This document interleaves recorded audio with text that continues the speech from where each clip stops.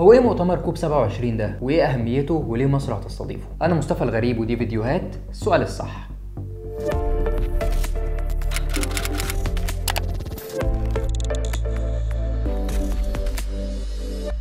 خليني في البداية أقولك إن كل الأسئلة دي أسئلة صح ومهمة وأنا هجاوبك عليها. كوب 27 هو اسمه مؤتمر الأطراف لاتفاقية الأمم المتحدة الإطارية حول تغير المناخ، واضح من اسمه إنه معني بقضية المناخ. المؤتمر هو قمة سنوية بيحضرها أكتر من 190 دولة للنقاش حول تغير المناخ، وإيه اللي هتعمله الدول دي لمواجهة المشكلة ومعالجتها. وهو بيعتبر جزء من اتفاقية الأمم المتحدة الإطارية لتغير المناخ، وهي معاهدة دولية وقعها معظم دول العالم، وده بهدف الحد من التأثير السلبي للنشاط البشري على المناخ. النسخة 27 من المؤتمر هتستضيفها مصر وتحديدا في مدينة شرم الشيخ في الفترة من 6 ل 18 نوفمبر اللي جاي. بيتم اختيار الدولة المستضيفة للمؤتمر وفقا لنظام التناوب بين القارات المختلفة، ومصر تقدمت بطلب لاستضافة النسخة الحالية ممثلة لقارة أفريقيا. المؤتمر هيسعى لتجديد التضامن بين الدول لتنفيذ اتفاق باريس التاريخي، وهيعمل كمان على تقدم المحادثات العالمية بشأن المناخ وإتاحة فرصة هامة للنظر في آثار تغير المناخ على قارة أفريقيا، واللي هي تعتبر تاريخيا الأقل إسهاما في إجمالي الانبعاثات الكربونية العالمية، إلا أنها من أكثر الأماكن تضررا وتأثرا من آثار تغير المناخ، زي تزايد وتيرة وحدة الظواهر المناخية المتطرفة وارتفاع منسوب البحر والتصحر، وكمان فقدان التنوع البيولوجي. وطبعا الظواهر دي بتمثل تهديد لحياة الإنسان ونشاطه الاقتصادي وأمنه المائي والغذائي، وكمان قدرته على تحقيق أهدافه التنموية. لازم تبقى عارف إن قضية تغير المناخ على رأس التحديات اللي بتواجه العالم حاليا، واللي هي أعتقد إنها أخطر من الأزمات والحروب اللي العالم بيشهدها دلوقتي، وده بعد ما ثبت بالدليل العلمي إن النشاط الإنساني منذ الثورة الصناعية لحد دلوقتي اتسبب ولسه بيتسبب في أضرار جسيمة بتعاني منها كل الدول والمجتمعات والنشاط الاقتصادي كمان. وده بيأكد ضرورة وجود تحرك جماعي وعاجل تجاه خفض الانبعاثات المسببة للتغير المناخي، وده مع العمل بالتوازي على التكيف مع آثاره السلبية. أعتقد إننا كلنا متابعين التغيرات المناخية الكبيرة اللي بتحصل في مناطق كتيرة في العالم، زي الأعاصير والفيضانات وغيرها كتير من الظواهر اللي أودت بحياة العشرات وتسببت في خسائر اقتصادية كبيرة جدا. لازم تبقى عارف كويس إن مصر بتتولى رئاسة المؤتمر في وقت حساس جدا، يمكن ده لانه بيجي في وقت حساس جدا الاقتصاد العالمي لسه ما تعافاش فيه من تداعيات جائحة كورونا، وكمان زي ما احنا متابعين العالم بيشهد تغيرات جيوسياسية